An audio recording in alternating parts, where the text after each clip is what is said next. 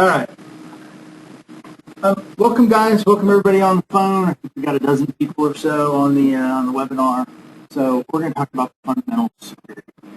I'm going to go maybe a half an hour, and Liz from FastPath is going to show you some of the cool stuff to take kind of GP farther than that. So that's sort of where we're at. And feel free to ask questions. Jeff, if you could monitor questions in chat. So if you guys are on the webinar, just hit the screen. If you guys would just hit the questions, Jeff will be monitoring that. If you want to talk amongst yourselves, feel free to hit up the chat. I don't know if the webcam on, so you can't make fun of what I'm wearing, but we'll go from there. We do want to encourage folks to share, in particular, for events, if people see the stuff happening, they get a tweet, something on Facebook, they saw that it was cool, they're more likely to have more people here next time. So we'd love for you to do that. All right, Dynamics GP security. With version 10, Dynamics GP got all new security. All of you have the new security. It's pretty straightforward. It starts with Windows and reports. So this is access to Windows and reports inside of GP. Windows and reports roll up tasks, and then tasks roll up the roles. And that all sounds really nice. Classes are really no longer used for security. They're still used in GP, just not for security. They're used for some other things. That all sounds really good, but let me see if I can give you an illustration of what this is like in the real world. Okay? So this is my organization. This is my family. That's my wife and 2 kids. They're not actors. They're all much better looking than I am. Yes. I'm on the laptop. Okay. All right. Let's see if I can avoid that. This is my organization. It's my family. My role in this organization, or one of my roles in this organization, is dad. Okay. As dad, I have a task. My task is to take out the trash. In order to take out the trash, I have to have access to the closet where we store the trash. I have to have access to trash bags.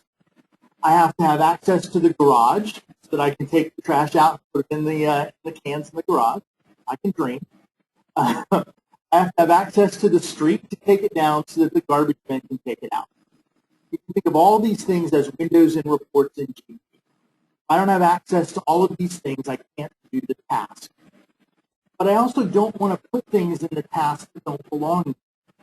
One of our, I have other roles besides taking out the garbage, and one of them might be managing the Family American Express card. I don't want to put managing the Family American Express card in the role with take out the trash, because when I move to take out the trash roll and give it to my son, I don't want manage the Family American Express card to go along with that. And your organizations are the same way. You want to try to keep those tasks narrow. And we'll talk a little bit about some suggestions for that as we go forward here in just a minute. But that's how they work, and it works the same way in GP. You have a role. That role has lots of tasks, and those tasks need access to just the things needed to accomplish that. Now let's talk about power user. Power user is a little different. Some of you assign everybody to power user, or as soon as something breaks, if someone can't do something, make them a power user, and that fixes it. And we never go back and fix anything after that. So there's a couple of things you need to know about power user that are really important. Power user is less like a family. We're going to think about a nightclub. So I'm going to remember back when I was significantly younger than what I am. When you go to a nightclub, there's a big long line out front. If your name's on the list, you get in the nightclub. Once you get inside the nightclub, if your name's on another list, you get into the VIP area. If it's a nightclub that also allows underage, you might have a wristband that allows you to drink. So there's multiple layers of security to get in, but they're driven off of a list. GP is the same way. It checks the list. It says, is Will allowed to go into this area? Yes. Okay, Will can go in. So when your auditors come in and they say, can I see a list of everybody who has access to print checks? You run a list out of GP, and it's a list of everybody who has access to print checks. Fair enough. However, like a nightclub, a power user is much more like George Clooney or a supermodel. When these people show up at the nightclub, nobody checks the list. No, George Clooney's not on, kick him out, you know. Oh, Brooklyn Decker's not on, no, she's not going up to the VIP area. These people skip a whole line and go do pretty much whatever they want. Power user works the same way. Power user is not the same thing as checking off everybody's role and getting access to everything. GP goes, hey, you're a power user, okay, you can do it. What that means is if you produce a list for your auditors that say, these are all the people who can post, power user doesn't show up. Because power user doesn't explicitly have permission to post, power user overrides everything. And so we've had a couple of cases where the auditors go, so who has access to post? And you give them a list. Then they go and they test that control, and they see, well, who's this person? Oh, that person's a power user. Well, why aren't they on my list? So it can create some problems there. You got to keep an eye out on that.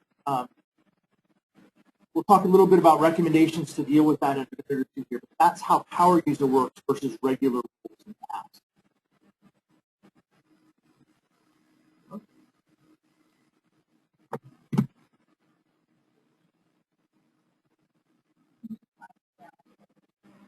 It won't move. I'm trying. There we go. All right. A couple of GP security tips around.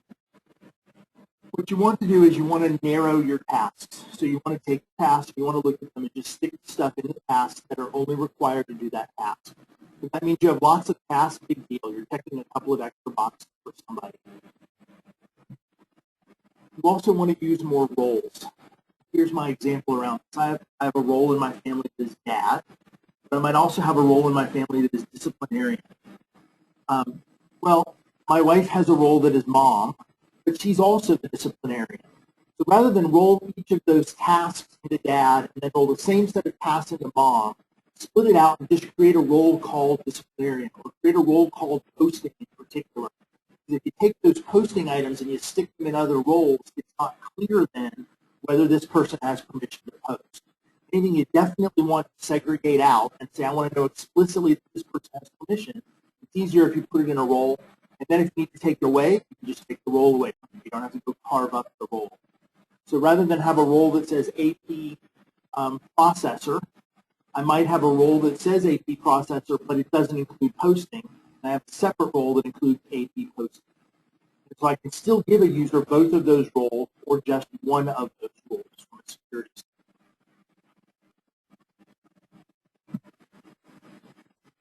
Use clear names. We'll give you some of the examples, and they're pretty good. But it helps if you, when you describe the tasks and the roles, just be as explicit as possible about what this role can and can't do. So if it's not allowed to post something, you can put parentheses in the description and go post it. That way it's very clear to everybody that this thing doesn't post.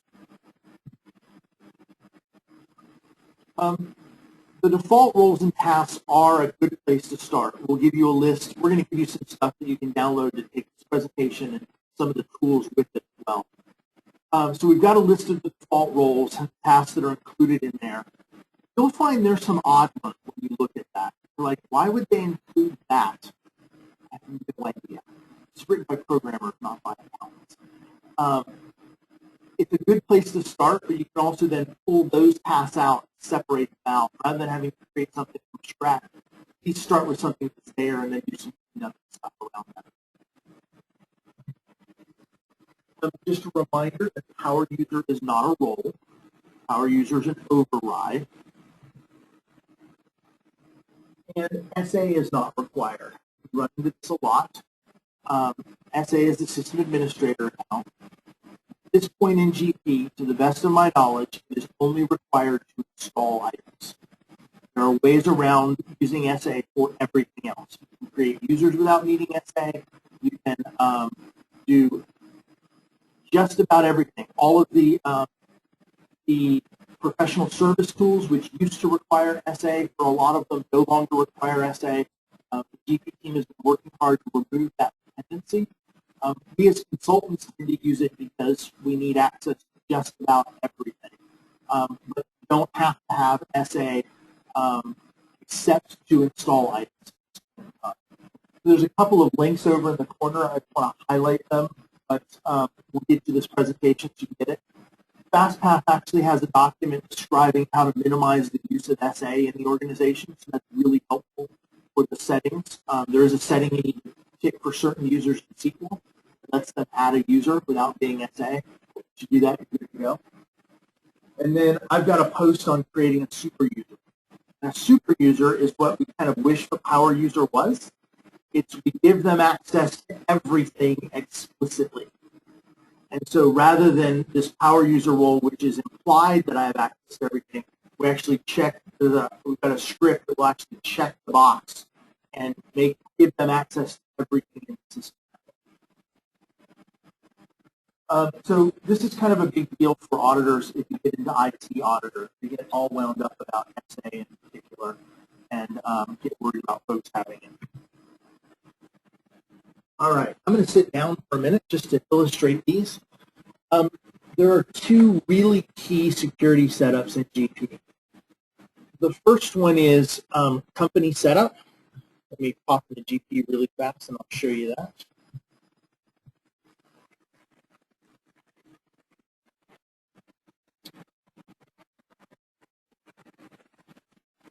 So here in administration, under company is the company box. There are two checkboxes here, security and account security. Security, this is the master switch. You can think of this like the master fuse box of your house. If you go outside and yank the giant handle, all the power goes out in your house. If I uncheck this box, all of the security is turned off inside of GP. So you want to make sure that you restrict access to the company setup window. It's really, the checkbox is really there so that someone could set up security in a test or in a implementation environment, get it the way they want it, and then turn it on kind of all at once for everybody. So you want to make sure that this box is checked. 99% of the time, you want to make sure that this box is not checked. Account security really controls access to the chart of accounts. If you set it up correctly, essentially what you're doing is you're preventing users from getting to certain accounts. But it's kind of an unwieldy setup. And if I don't do any setup and simply check this box, it looks like the chart of accounts has been erased, because nobody has access to it. It can be a career-limiting move if you flip this and then suddenly everybody thinks they don't have access to the chart. And Jeff, are we charging $1,000 to turn this back on now? Is that what the standard fee is to come and flip this switch for knowing where it is and what happened?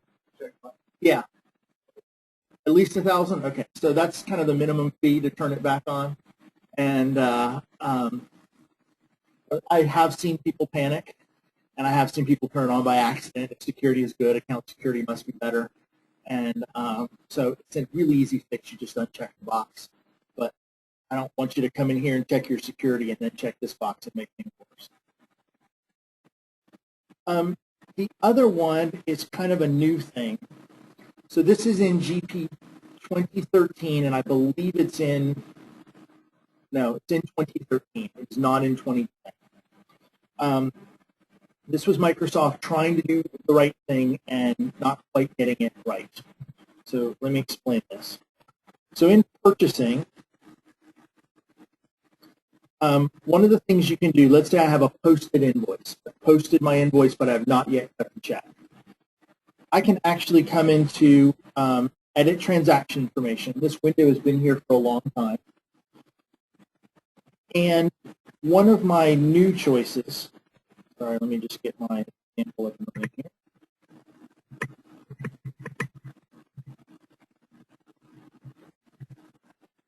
So one of my new choices is I can actually change the remit to ID here.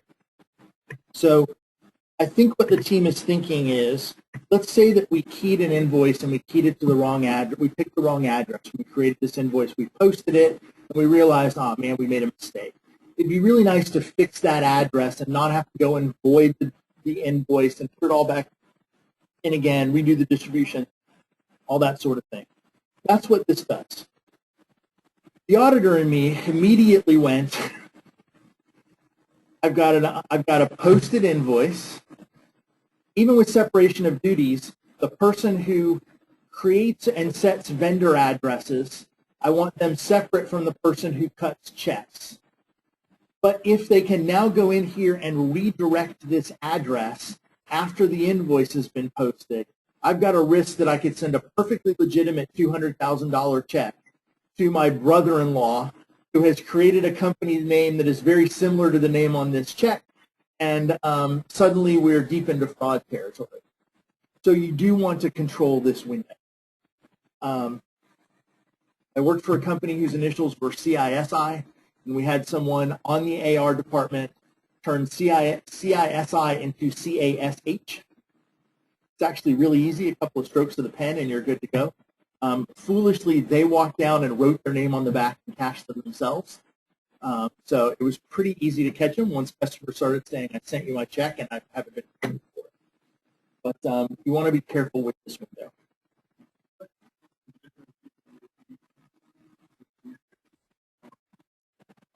The legitimate reason is just that. We've done an invoice. We realized they picked the wrong address, and we don't want to go through the hassle of voiding the whole invoice and rekeying the invoice just to get the address right on the check. Yeah, they might have two, they might have a dozen, you know. All right. Now that we're teaching you how to do fraud in GP, let's go a little farther. A couple of other security resources. One is the support debugging tool. This is a free tool from Microsoft.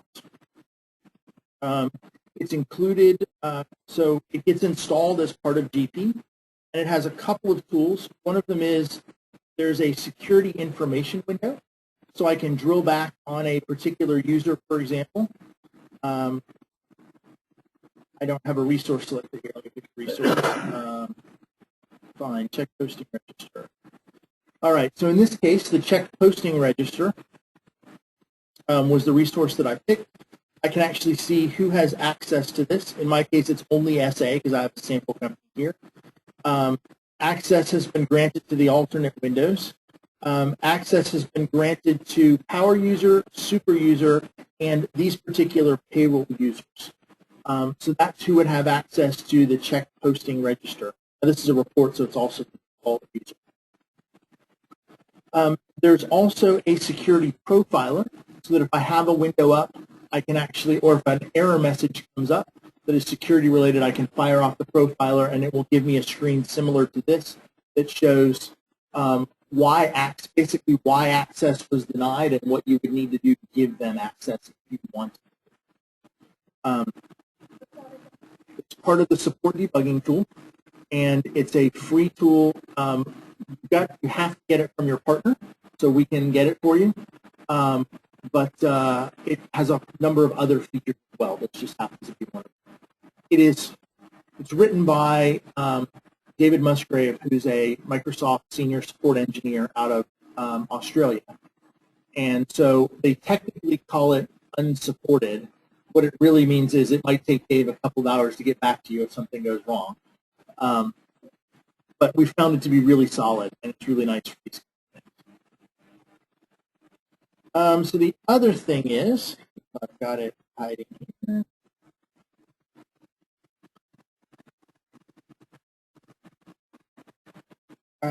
We have a list.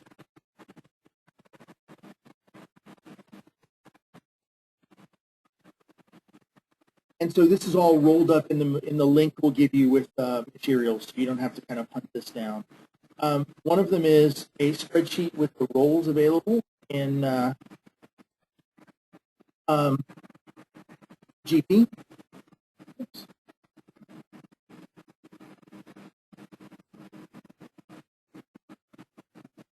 So what we've got is this is the role. This is the AP clerk role, for example. This is the role name, the description, and then these are the individual tasks along with the description of what those particular tasks do. So here, vendor letters is used as part of the letter writing assistant. Okay, so that's probably pretty safe. This one does not include posting These items do not include posting, so it's helpful to know that as you're going through. So again, this is kind of rolled up in the materials that we'll give you. So those are a couple of really nice tools for figuring out security inside of GP. But then we've got some other security pieces too. So GP 2013 offers a set of refreshable Excel reports. So these are live reports. I open up Excel and it goes out and gets data from GP and brings that data back in. This is really controlled by Active Directory or network security. So you can give this to folks who don't have access to GP, but maybe still need to be able to run a report or do some analysis in Excel. Really the key point here is the simplest thing in the world is to set up, have your network guys set up an Active Directory group and put the people you want in the group. And then we just assign the group to have access to the Excel report, rather than doing it person by person, and when someone leaves, having to manage those kinds of things. The network guys will pull them out of the group if they leave the company, and that pulls them out of all of the security keys. So that makes it nice and easy. We've also got security based on the folder. So we deploy these to a network folder, so I could segregate out, payroll, for example, and say nobody can get to the folder with the payroll reports except those who've been given explicit permission. And that can also be driven by your network guys. So you get some really kind of strong control over that. And then these can also be deployed to SharePoint. And if you deploy them to SharePoint, then there are controls on SharePoint in order to be able to manage that as well. For the Excel items, got a tool here that has the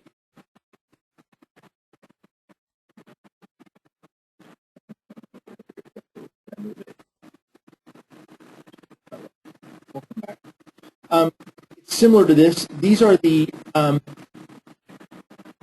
when you go into SQL Server and you go to add the group or the individuals, there's a set of roles that look like this. They have RPT and underscore next to them.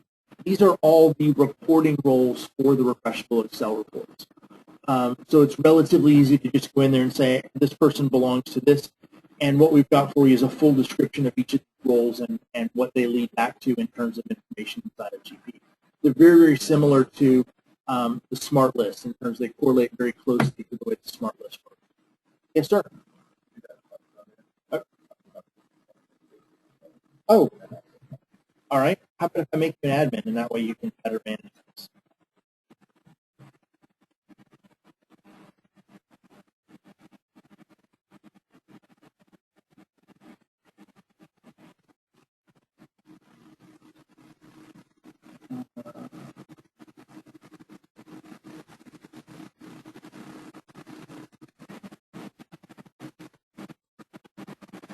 All right.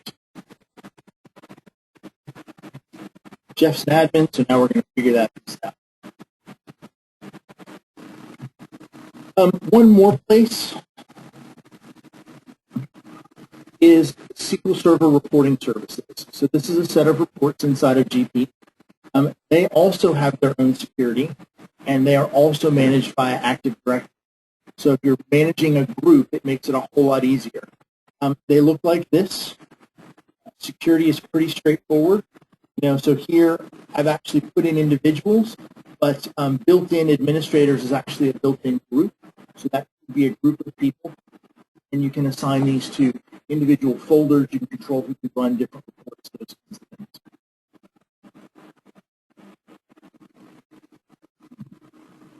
All right. So what can you do for GP out of the box without buying anything? Just in GP, what can I do? There's really kind of two main pieces. One of them is figuring out the user who posted, and the other one is activity tracking. So we'll spend a minute looking at those couple of things. So user who posted has some limitations, kind of like our sleeping security guard here. The tables in GP show, some of the tables in GP, not all of them, show the user who posted, the user ID. But it is literally just that, the user who pushed the post button. That might not be the user who actually keyed the entry. It might not be the user responsible for it. I've worked in plenty of places where all of the journal entries go to one central place and that person posts them all. So that person shows up on everybody, making this kind of useless at that point. It's not a bad place to check if you're trying to figure out what went wrong, but it's really not kind of perfect either. The other thing that we've got is activity tracking. It also has some limitations. Really what it does is it tracks activity. It doesn't really audit the items. It tracks that something happened. It doesn't, like an audit app like what you'll see with FastPath or some of the others, they say, this is what the record was, this is who changed it, and this is what the new value is. Activity tracking doesn't go that far. Activity tracking also has to be set up per user. So it's great for troubleshooting. For example, we can troubleshoot failed logins. So if we think we might have a security issue with an individual, either they're lousy at remembering things, or maybe we think they might have been compromised, we can track failed logins to see if we're getting significantly more than what we would expect to see. Still not quite kind of where you want to be. So let me just show you what this looks like here. So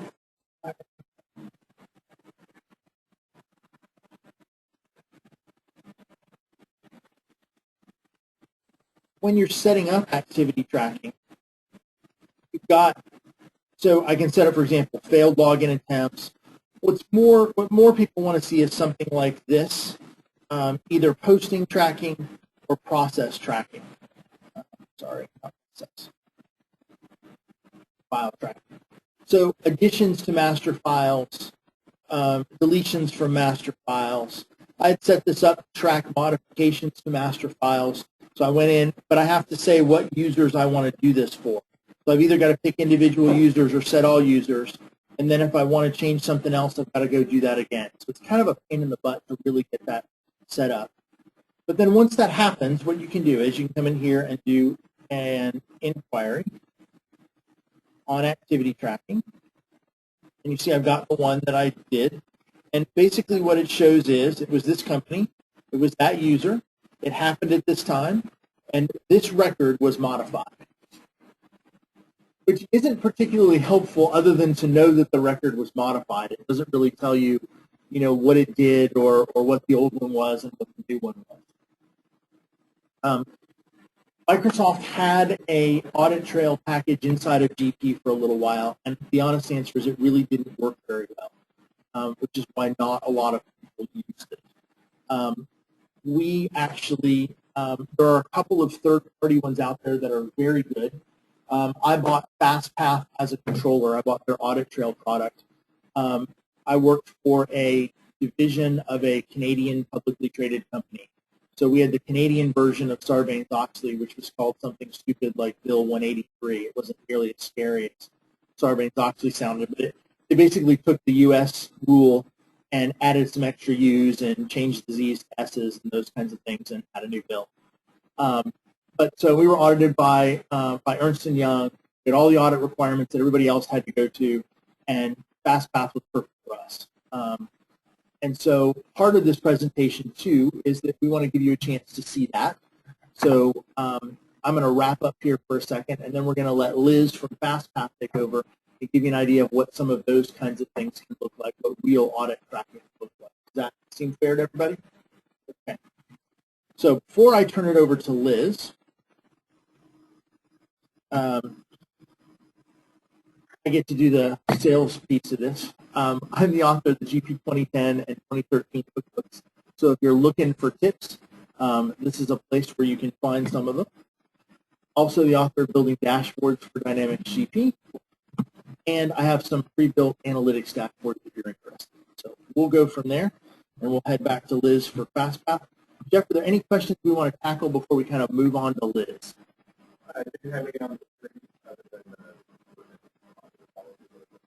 Okay.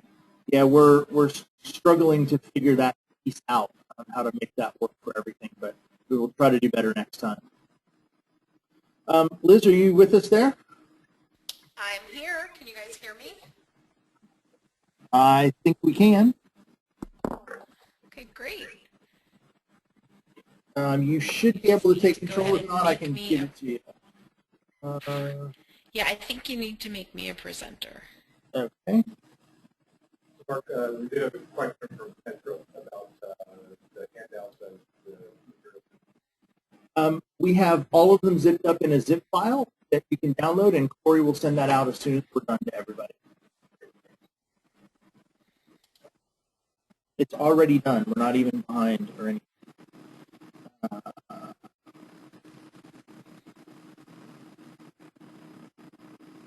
Oh, sorry, Liz. I made you a panelist. My mistake. That's okay. Okay, great. So here we go. And can you see my screen okay, Mark? Not yet. Okay. So I'm going to give it a second for the screen to render. Welcome, everybody. Thank you so much, Mark and Jeff and everyone there for having me and letting me present. Let's just give it a minute for my screen to come up, but you should see a slide momentarily that says Security, Audit, and Compliance and just has my name and title. I am Liz Giancarli, the Director of Dynamics GP, SL, and NAV Sales at FastPath. FastPath is very happy to partner with IBG. We've worked with Mark and his team for a long time, and we really appreciate the opportunity to kind of come and speak to you guys a little bit about our products. I would love to have been there in person. Unfortunately, we couldn't make it today, but we're more than happy to be there in spirit. So, Hey, Jeff, are we getting echoes?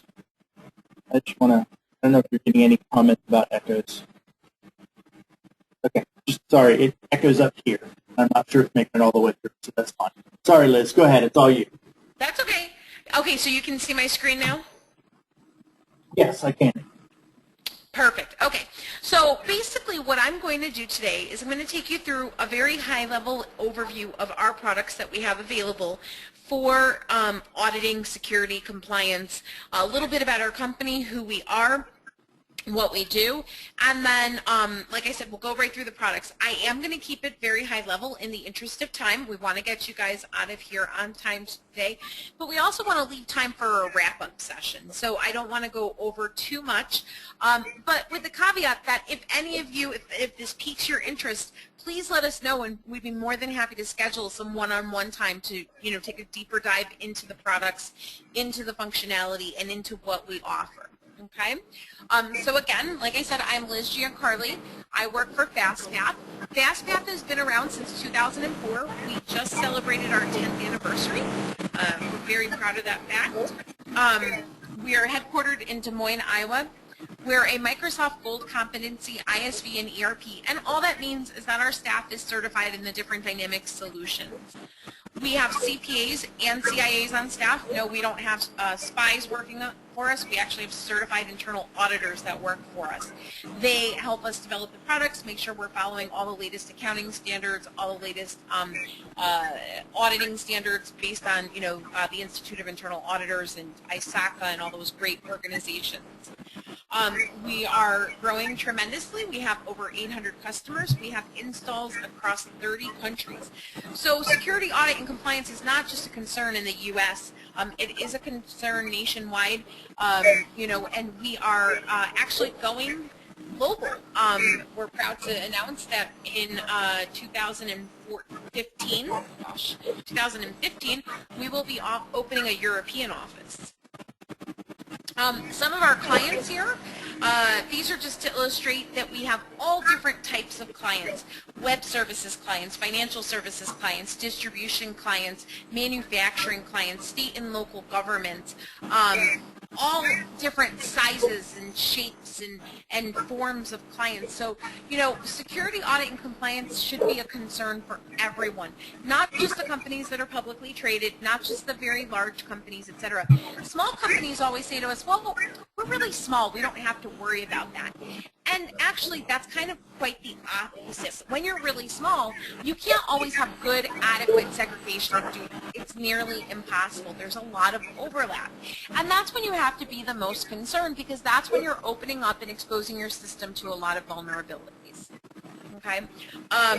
The tools that we have to address those vulnerabilities to help make your system more secure, to give you a better understanding of what's going on with GP security are as follows. We have our Assure tool. Our Assure tool is our risk-based security access review and segregation of duties analysis platform. Okay, you can take that description and throw it out the window. I like to call it my one-stop shop for GP security. Assure will provide you all of your security reports for Dynamics GP. It will tell you who has access to all the different pieces of your system very quickly and easily. And it will tell you, based on the access that you've granted to your system in GP, where your potential risks are. So for example, if you have somebody that has access to create vendors and they also have access to create transactions for those vendors or pay those vendors, technically that's a risk. Now the tool is a preventive tool. It doesn't stop anybody from doing their job. However, what it does is it allows management to decide how they want to address that risk in their organization. So maybe security does need to be changed for this user. And once we change the security, it addresses that risk. Or maybe the user does indeed need access to these different pieces of the system. So then what happens is we develop a compensating control, or the organization develops a compensating control to mitigate that risk. Maybe the controller is signing off on all the checks before they're mailed, and they're being reviewed individually against the invoices to make sure that they're appropriate. With that being said, our tool allows you the space to document those mitigations so that at the end of the day, when your auditors walk in the door, you can say, hey guys, look, we've done our due diligence. We know where the holes in our security are based on somebody having too much access, etc. But this is what we're doing to mitigate those risks. And at that point, all they really have to do is test those mitigations. Okay? The audit trail tool, continuous monitoring solution that tracks all changes to critical data. You decide what is critical to your organization. For organization A, maybe their vendor process and their purchasing process is critical, and they want to track who's creating versus who's approving them versus who's changing them. Maybe they want to track who's creating vendors versus changing vendors, etc. Another organization, maybe they're really heavy on distribution and inventory returns, and so they want to track that inventory process to see who's able to move inventory from one warehouse to another, or to put it into damaged inventory versus on-hand inventory, etc. So we give you great visibility into the system as to who's making what changes and where those changes are coming from. We even tell you if those changes are occurring outside of Dynamics GP. Maybe somebody's logging into SQL and changing your data and you didn't even know that. We can tell you that. Okay? Assure and Audit Trail each come with their own sets of reports. Audit View is it's a tool that allows you to design, assign, and schedule those reports. So basically you get the right information to the right people at the right time. And we'll take a look at all of those. And then finally, Config AD is our single sign-on tool for Dynamics GP. What I mean by that is it allows you to use your Windows authentication to log into GP. No more remembering a separate user ID and password. It also does have some additional features, and it allows you to provision your users right from Active Directory if you'd like. Okay? So what we're going to do now is we're going to go ahead and take a look at the products themselves. I'm actually going to start with Config AD and then move into the other tools. Okay? And then at the end, like I said, this is going to be a very high-level overview because I want to make sure that we leave time for questions and answers. If there's anything that you'd like to see more of, please just feel free to contact us through, Mark and Jeff, and we'll set up a demo and we'll get you a further, a deeper look at the products. And also follow us on Twitter. Our Twitter handle is @GoFastCap.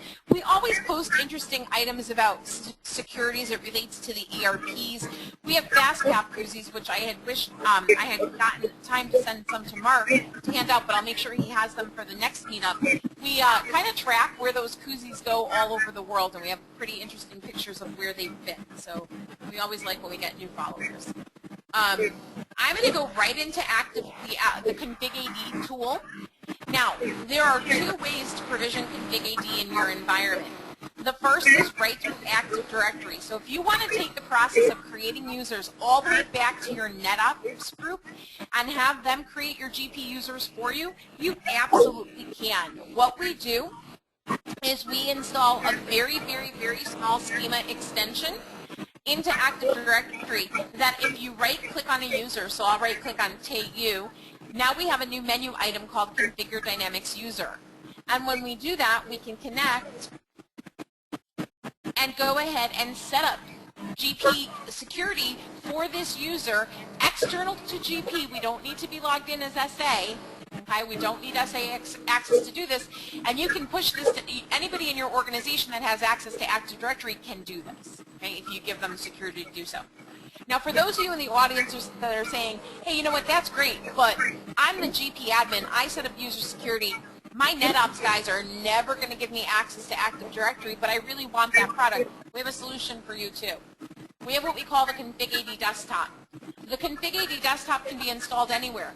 Doesn't need to go on the domain controller, doesn't require a schema extension to be installed on Active Directory.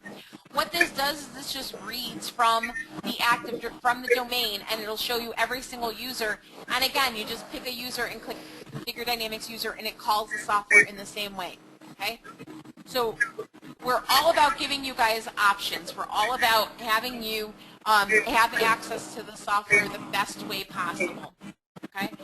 Once you're in this window, once you're in our Config AD tool, setting up a user is as easy as a couple of clicks. No more do you have to enter that system password a bunch of times and go to all these different windows. The first thing we do is we click to create the underlying dynamic SQL user. Okay, it'll tell us we created successfully. We give access to the different companies that we might have in GP, and we can even set a default company, which means simply that the user is logging directly into that company, and then we select what roles within the company that user should have. Okay, and this is reading the roles directly from within Dynamics GP. So we're going to make Ty our AR clerk here, and we'll go ahead and copy that over to Fabricam. And now Ty is almost set up. The last step that we have to do, I'm just going to confirm I want to make the changes, is we just have to set the login type for Ty. And there's 3 different login types that we can select. The first is single sign-on. Ty comes in the morning, logs into his machine, or logs into wherever the GP application is located. It might be Citrix, it might be a remote desktop connection, anything like that. He logs in with his Windows authentication. He clicks the GP icon. He will be automatically logged in based on his Windows credentials. He doesn't have to enter anything else. Okay? Single sign-on password required. Almost the same thing, one slight difference. When Ty clicks that GP icon, his user ID, his Windows user ID will be provisioned for him. He will need to enter his Windows password to log into the system. Just adds an added level of security. Let's say you're an HR payroll user. You don't want to come into work in the morning, log into your machine, walk away to get a cup of coffee, and somebody can just come to your desk, click on the GP icon, run a smart list of all the employee salaries and benefits and socials and things like that, close GP and no one is the wiser. So if you have single sign-on passwords required, it does require them to enter that password before they, to get access to GP. Okay? And what we found regarding that is that people are much, much more protective over their Windows passwords than they ever would be over their GP passwords. I can tell you on very many occasions, and I'm sure Mark and Jeff can agree to this, that we walk into clients' offices and we see little yellow sticky notes in the bottom corner of their monitors. Right or left, depending on if they're right or left-handed, whatever, it doesn't matter. And I can almost guarantee that every time I'm at somebody who's a GP user and I see that sticky note, that GP password is on that sticky note somewhere. Okay? Because people just said, well, it's only for GP, it's no big deal, I'm going to put it here because I need to remember this every day. Well, we want to get rid of those sticky notes, okay? We want to make sure nobody has sticky notes anywhere anymore with any passwords on it, and this is a great system to do that. And then the last login type is a standard login type.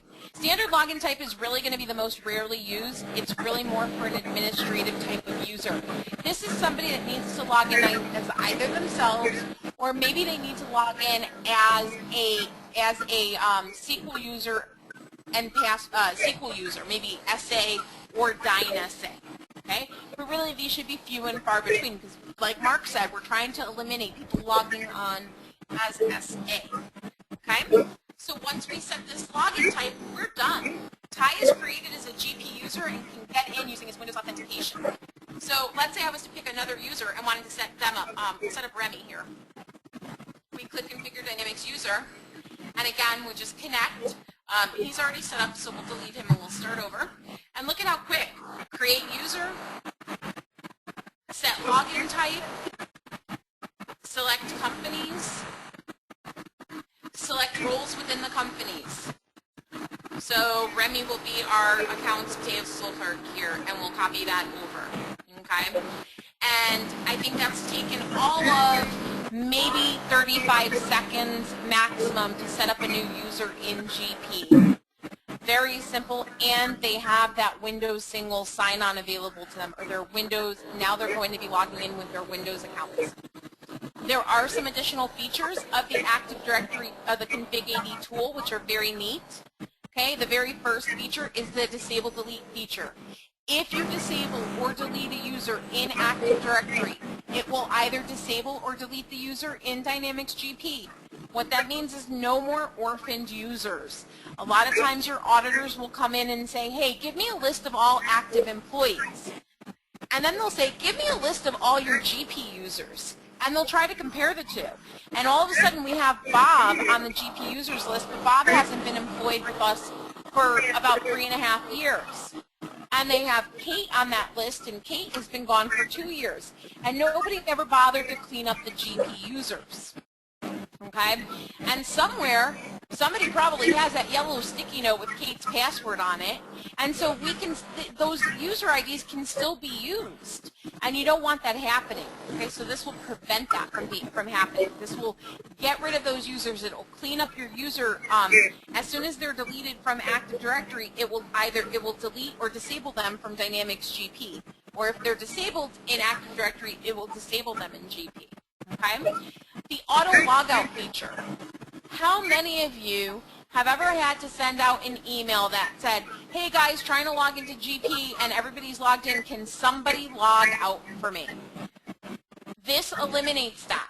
You set this feature, and after a certain period of inactivity, the user who is not doing anything, meaning they're not posting a batch, they're not running a report, they're not running a smart list, they're not entering transactions that require them to either be saved or posted or deleted before they close the window, those users will be logged out after that period of inactivity expires. That means that that license will be available for somebody else to use.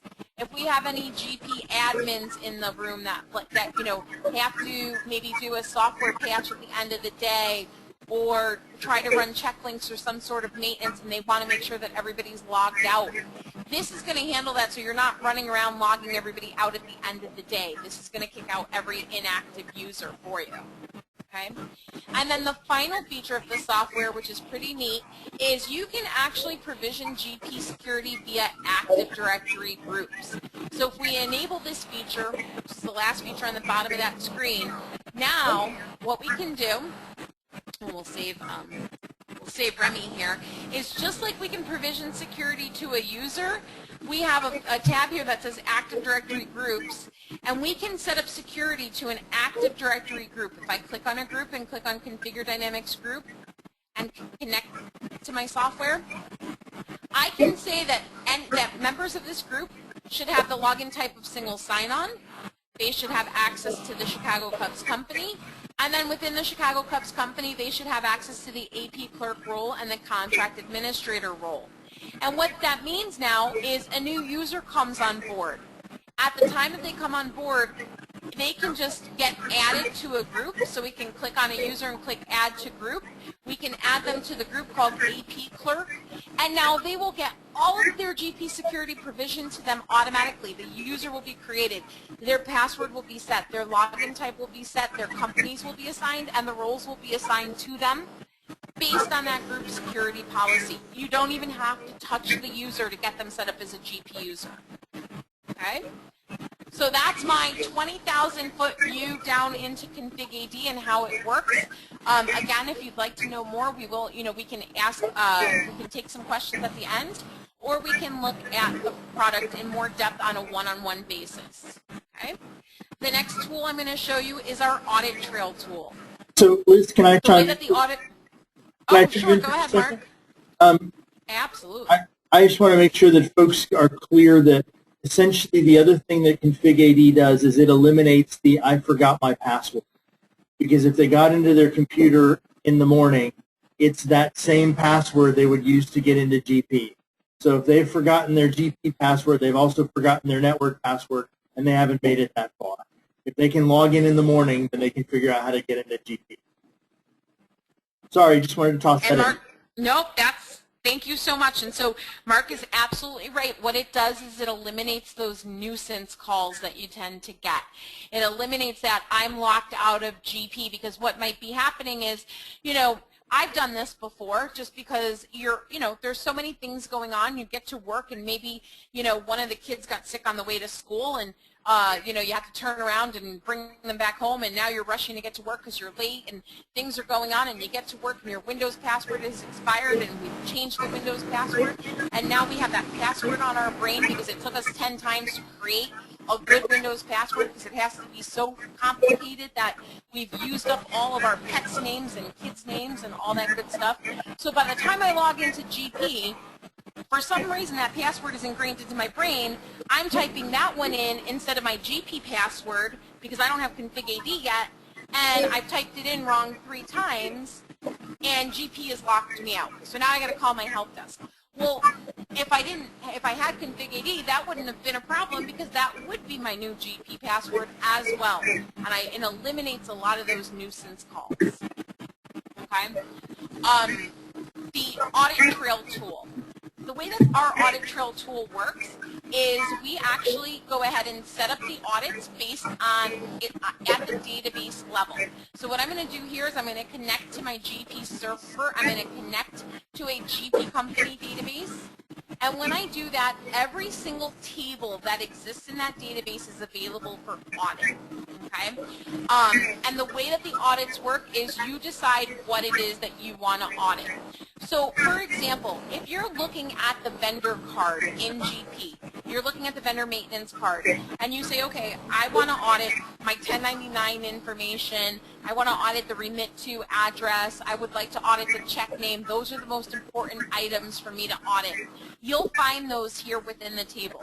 What you'll have to know is that the vendor maintenance record is under the PM00200 table, so you would have to scroll down, find the PM00200 table, which is right here, and then you would expand it, and you would make your selections based on what it is that you want to audit. And we give you those column names, so the account number with vendor, we'd like to audit the city and the country, credit limits, etc. Now, you're probably looking at this and saying, oh my gosh, that's a lot of tables, and those are a lot of letters and numbers, and I have no idea what any of this means.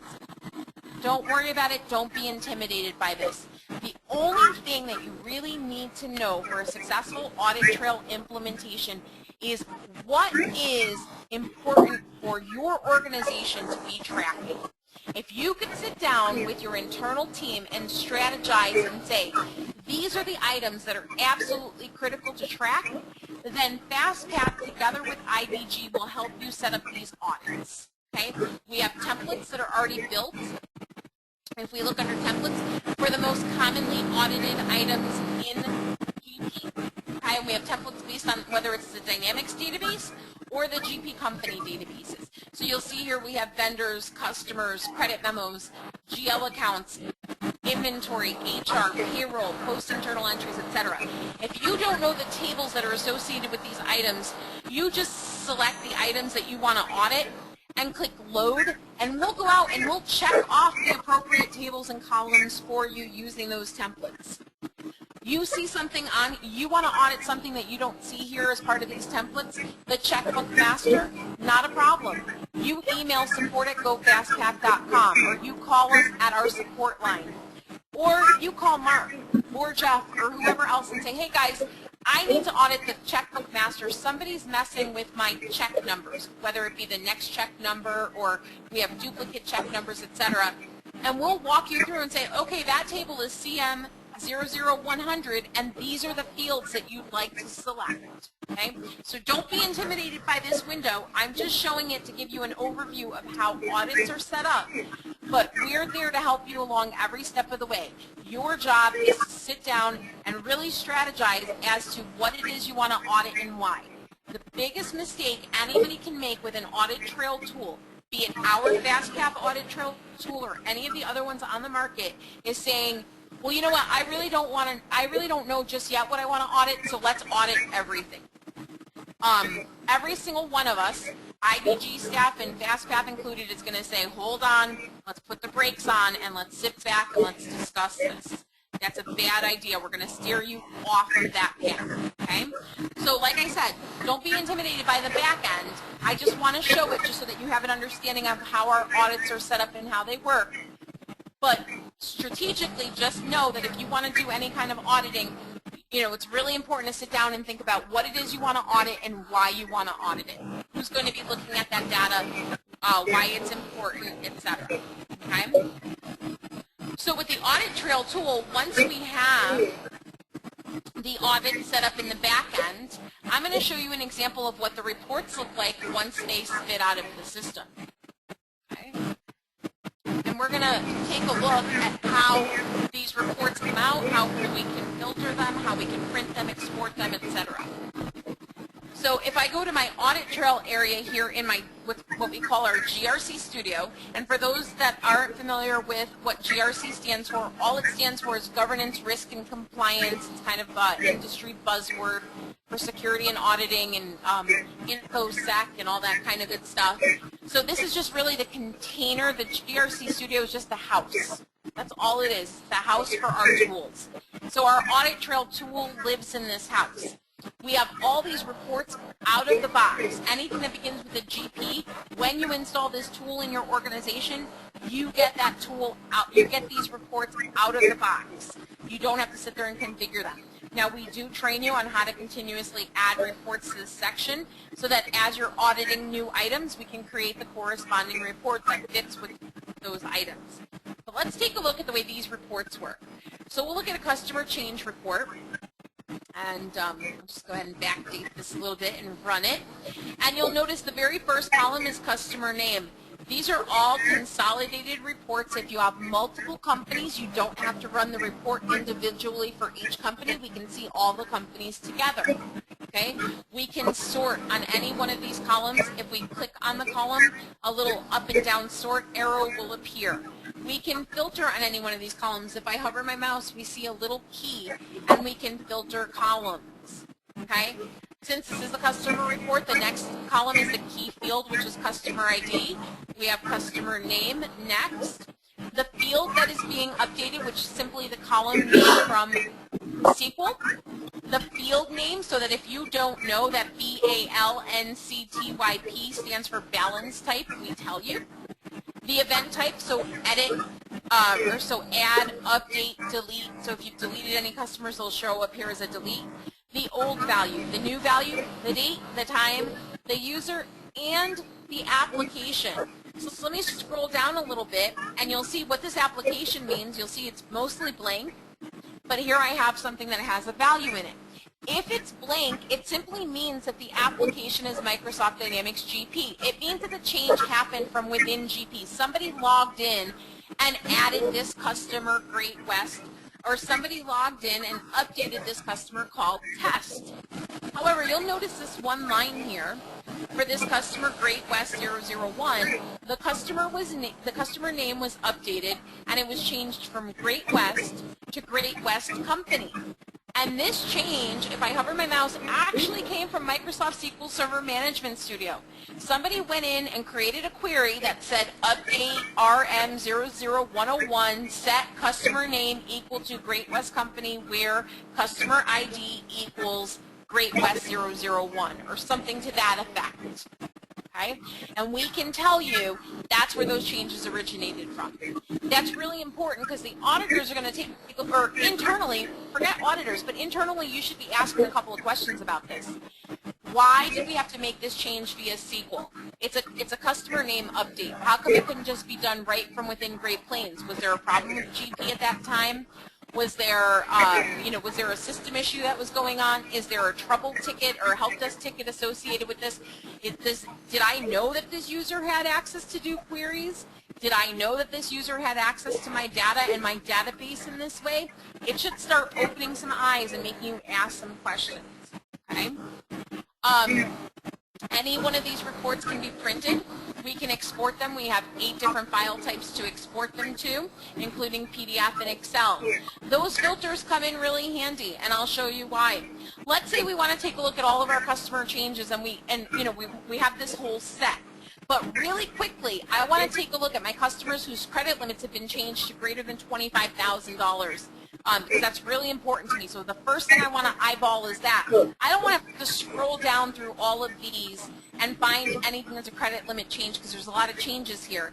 So what I can do is I can use my filter to choose credit limit amount, and then I can filter again. I can just take a look at the whole set, or I can filter again on new value.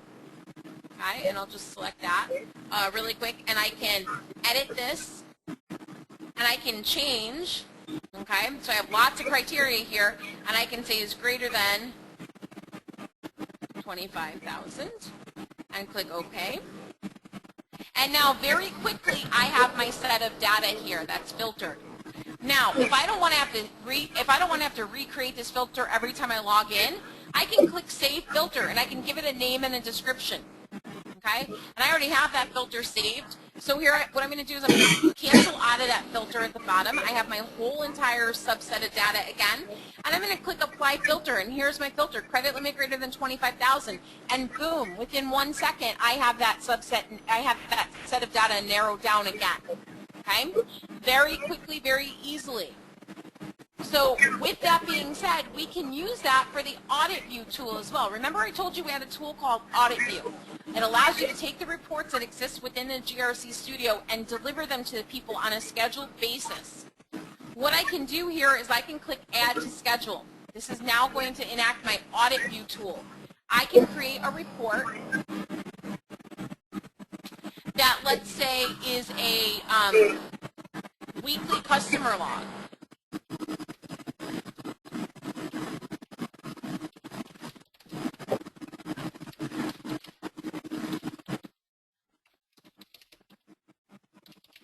So I can create a weekly log of all customer adds, deletes, updates.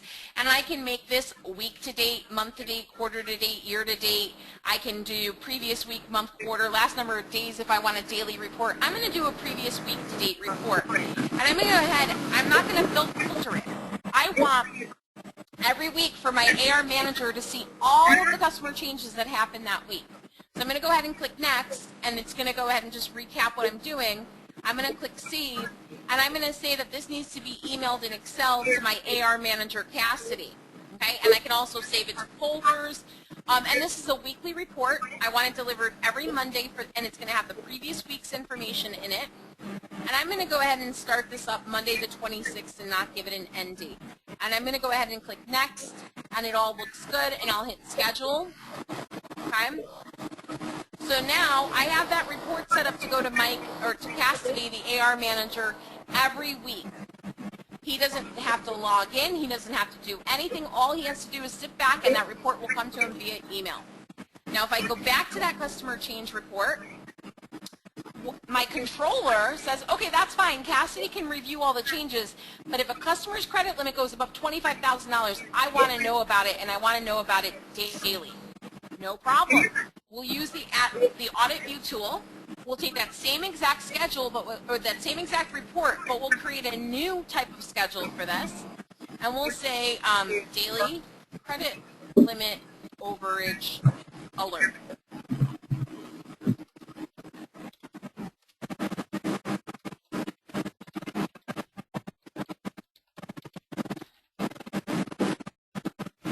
Okay. And this is a daily report, so I'm going to choose last number of days as 1. I'm going to add a filter this time, and I'm going to take that filter that says credit limit is greater than 25,000.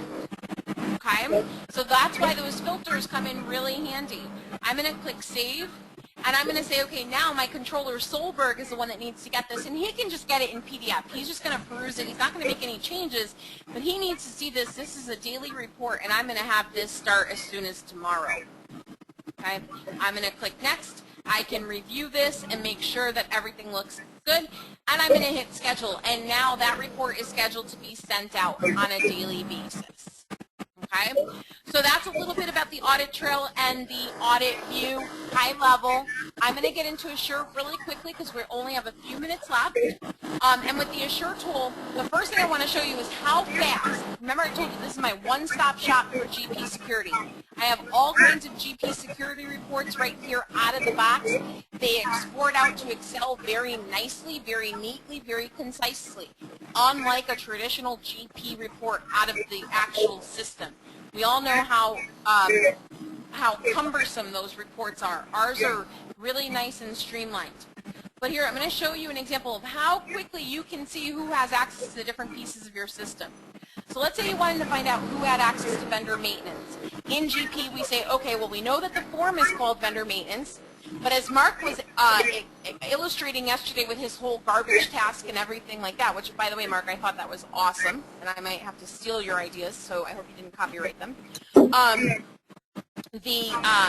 The task that you'll have to find all the tasks that have that form vendor maintenance assigned. Then you'll have to find all the roles that have the tasks that have that form assigned to them. And then what users are using the roles that have the tasks that have the form assigned. Okay? It's like the old lady that swallowed the fly. So instead in our system, you just find the form, vendor maintenance, and click go. And voila. 2.5 seconds later, I can tell you exactly who has access to that vendor maintenance form. And if I click on the user, I can even tell you here, if I look on the right-hand side, what role and task is giving them that access. Okay? So if I look at Hassan, he's getting that access via the bookkeeper role. If I look at Brian Erlacher, he's getting that access via the accounts payables clerk role. Okay? And I can do that for any form at all that exists in GP, even if it's a third-party form. So if you guys are using Wensoft, if you're using McCorma, if you're using Nolan, if you're using any one of those other wonderful partners out there that create custom forms in your organization, you can see them all. Okay? If we want to see access to multiple forms at one time, instead of having to select them one by one and then hit print or export, we can create a group of forms called critical access. If I click on the button that says Customize Critical Access, I can create a group name here. I can add all the different forms into that group. I can remove forms just by using the radio buttons. Again, any third-party products, you can see them here, so you can see all those forms. And what I would do then is I would go to Critical Access, and instead of selecting a form, I would select a group. I'll select my group called Audit, click Go, and voila. 3 seconds later, I have all of the users that have access to all those different forms. You know how long this would have taken me traditionally in GP? I can guarantee a minimum of 35 to 40 minutes if I had access to SQL, 35 to 40 minutes maybe. Okay? Now, most people don't even have access to SQL. If I had to do this manually inside of GP, I might have actually kind of turned in my termination papers. Okay? I can print, I can export. Very simple, very easy. Okay? But that's not even the heart and soul, and I know I sound like an infomercial now, but that's really not the heart and soul of the Assure tool. The heart and soul is what we call our conflict listing. Our conflict listing is a list of all of the potential conflicts that exist within a GP base install. And when I say GP base install, I mean GL, AR, AP, SOP, POP, inventory, HR, payroll. Okay? Does not include things like project accounting and manufacturing. However, that doesn't mean that we cannot modify this conflict listing. Okay? We can continue to add conflicts as necessary for your organization or for the additional products that you own. And the way this conflict listing works is we take all of the forms available in GP and we kind of come up with combinations. And we say, well, if you have access to account maintenance, which means you have access to create any GL accounts, and you also have access to create journal entries, you could potentially maintain a fictitious account and create erroneous posting entries. If you had access to cash receipts entry and bank transaction entry, it could potentially allow users to hide cash transactions posted and cash transactions collected. Okay, if you had access to create vendors, we'll scroll down a little bit, we'll find some of that. If you had access to create vendors and you had access to do scheduled payments or payable checks or anything like that, you could potentially maintain vendor information and create a payment to that vendor without review. So what that means is we can take this conflict listing now and we can bump it up against users. And we can say, okay, well, for user Cindy Chan, based on the access that she's granted, I'm going to click go, and I'm going to see all of the potential conflicts she has. So Cindy has about 24 conflicts. That number here at the bottom of the count, not important. Excuse me, the conflict number isn't critical. Okay, auditors are not looking for a zero conflict organization. They know that that's almost nearly impossible to get to unless you hire one person to press one button all day long. And we all know that companies can't afford to do that nowadays.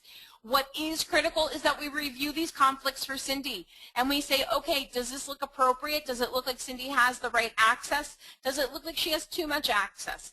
If she does, maybe we need to change some of this security access that she has.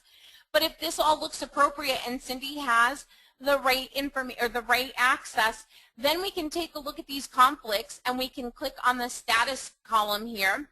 You'll see that there's hyperlinks here. What this is going to do, this is going to open our mitigation window. So if we have access to cash receipts and bank transaction entry, like we said, that could potentially allow users to hide cash transactions posted and cash transactions collected. Here in the status, we can document how we're mitigating this risk in our organization. Cindy needs this access. We can't take it away from her. So what we have here is we have just documentation of mitigation/resolutions. These come out of the box, but you can absolutely create and add and modify these as much as what is necessary for your organization. We have statuses as well. If Cindy has access to this conflict in other companies, so she's got the same access in other companies, we can select that. We'll mitigate that in the other companies as well. And we can add notes. Bank reconciliations are done daily and deposits are handled by another user and batched. And that's our mitigation. So when our auditors come in, they're going to take a look at this and say, okay, that seems like it's an appropriate mitigation. We're going to test this and make sure this is truly happening. Okay? But you save them the legwork of analyzing the access and coming up with the potential mitigations. That's all done, which saves you thousands upon thousands of dollars in auditing fees a year. Okay?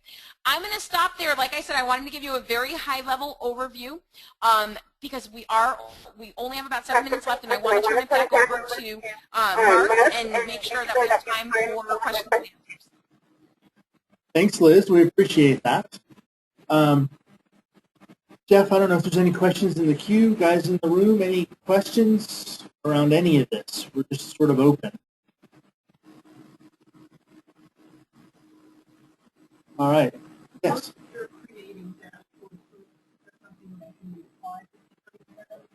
Yes. Yes. So from a security standpoint, the big challenge we see is folks who migrated up from 9 and have a role for each individual person is messy and ugly. And so we really want to help folks get stuff cleaned up. And once everything's in GP 20 or 10 or higher, it tends to be a whole lot easier to keep clean because I have roles, I have tasks. Even if my roles and tasks are a little ugly, it's a whole lot easier to clean those up because I have roles and tasks.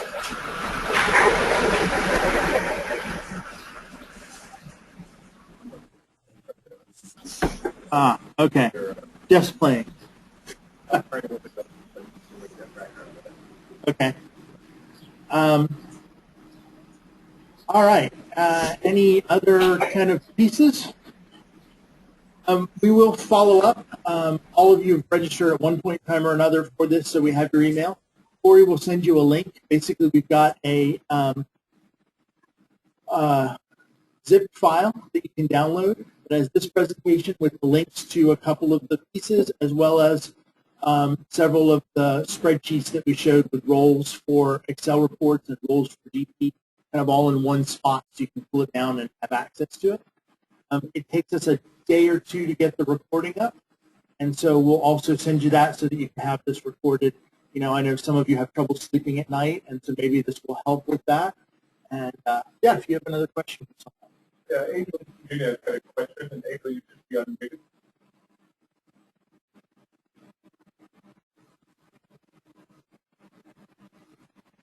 Around, does the GRC studio have this built-in security, or is it read only? Okay.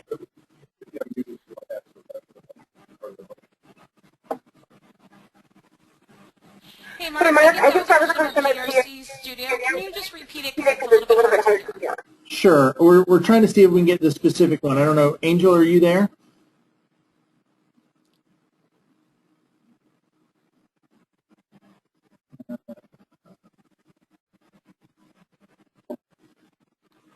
He doesn't have a mic. Okay. So the question was around GRC Studio and access for whether that is read-only or whether there's security around that too. So the GRC Studio is only reading from Dynamic GP.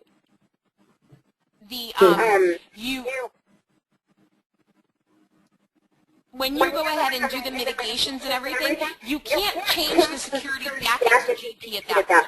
You can make a decision that GP needs to be changed, but it doesn't have write back capabilities into Dynamic GP.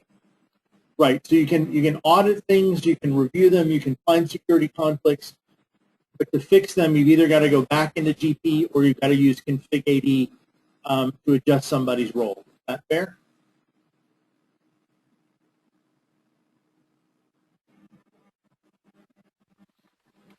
All right.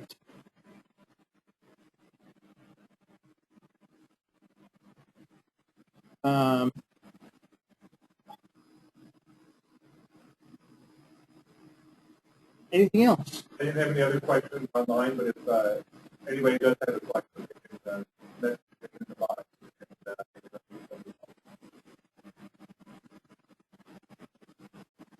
All right. I'm going to go ahead and at least stop the recording here, I think. We can do that.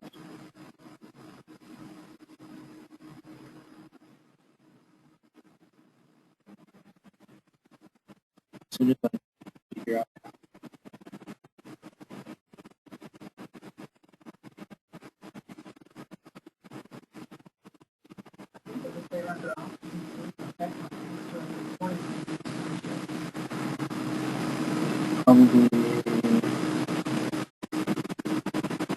There we go.